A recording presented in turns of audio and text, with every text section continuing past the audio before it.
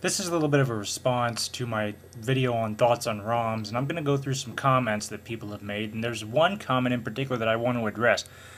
So here we go. Jason Carles, I think.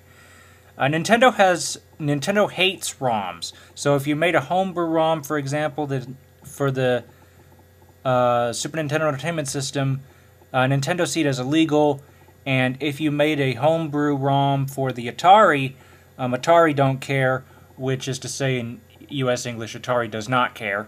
So ROMs depend on the company. Now, JLS1114 made very valid points here. She said, people do it for two main reasons, including myself. One, so that they can have a mixture of company games, certain games on PSP, certain games on Nintendo systems, and the second is so that they don't have to pay for it. Let's see. And that's very true. A lot of people essentially don't want to pay for it because when you factor in the disc, the packaging, the paper, the manufacturing process, you can see that it's a lot more expensive to get it through physical means than it is to, to download it. If you want it by physical means, just go ahead and back it up to an SD card. And this one in particular, PsychoMantistle, about an hour ago at the time of this video. Now this is the big thing. My wife is in law school.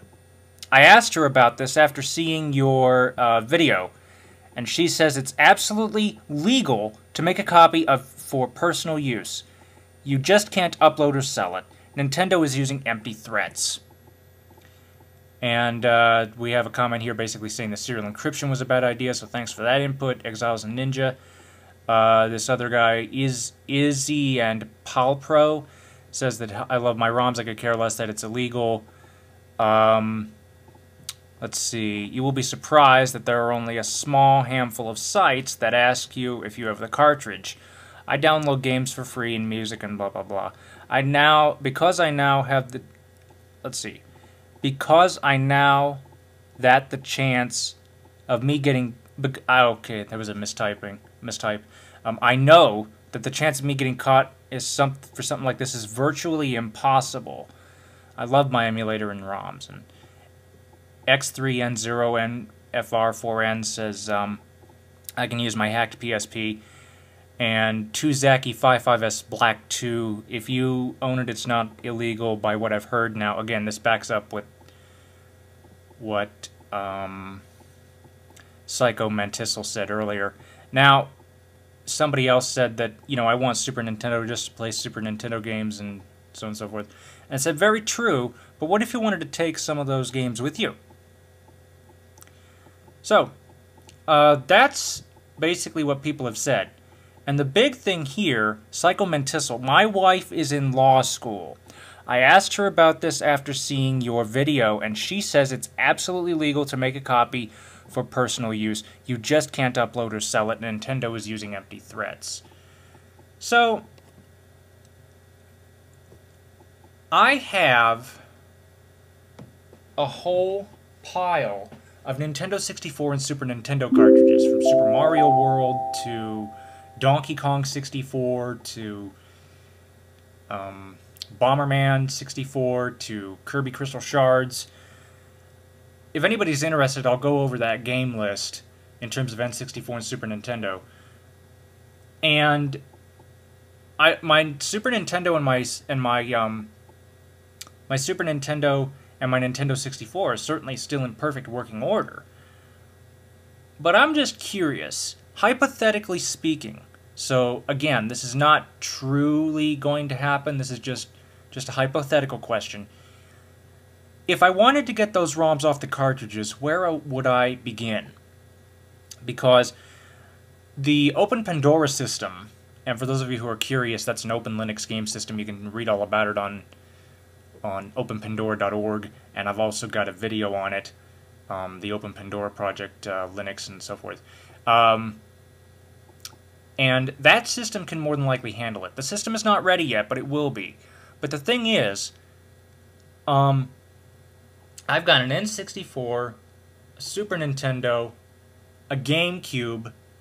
These are all systems that I think the Open Pandora can handle, provided it's got an emulator that'll run smoothly. It's got the graphics processor to handle it, certainly. And for $350, okay, let's look at it this way.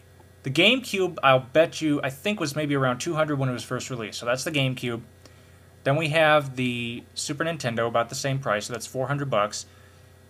N64, $600. Now, I'm averaging systems at around $200 because that's usually the desktop price that you get from Nintendo. So, $600 altogether. And the Open Pandora, which can handle all of these systems with the proper emulators, is what was it? $250 or $350, I think. So for a portable, it's pricey. But if you consider what you get, I think it's actually a pretty good value. But again, how would I get my cartridges onto these ROM files? Understand that I do have a Mac. I have Windows dual booted on it, but it's Windows 7. Basically, like, how would this work? And also on my desk, I don't have room for anything big. But if there's anybody out there that does not download the ROMs, I'm sure a lot of you do. The problem with me downloading the ROMs is not necessarily so much the legalities. Well, actually, it's that, and now I understand a lot of you, like Izzy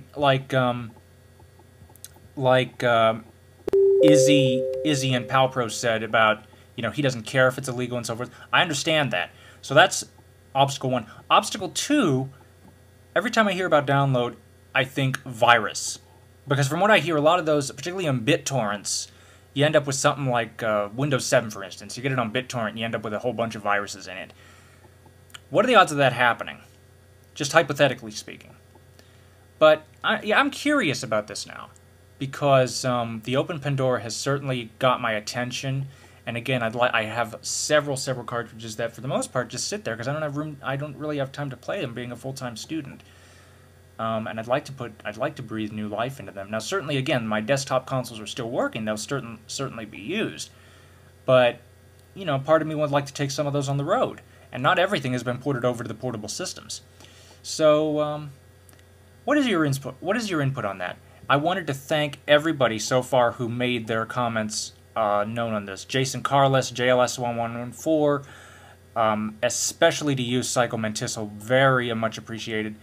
Exiles and Ninja, thank you for your comment about the ROMs and the open door for the hackers. That's much appreciated. So that was a bad idea. Izzy and Palpro, thank you very much. X3N0NFR4N, thank you very much.